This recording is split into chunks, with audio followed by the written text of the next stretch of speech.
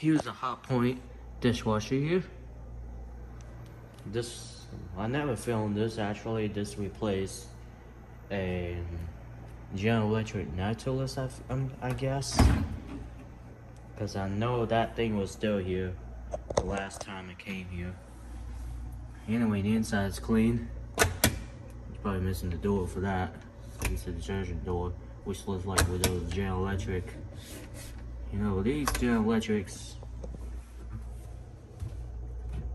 But anyway, this is my HDF330PGR0WW. Well, it's a shame because that General Electric was still work today. I had to replace it. Maybe that General Electric just quit working.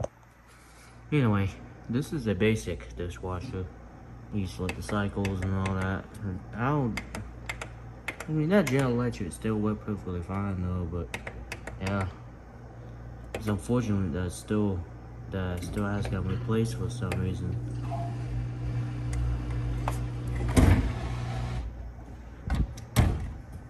Well, if we can cancel this. There we go. Well, that's about it.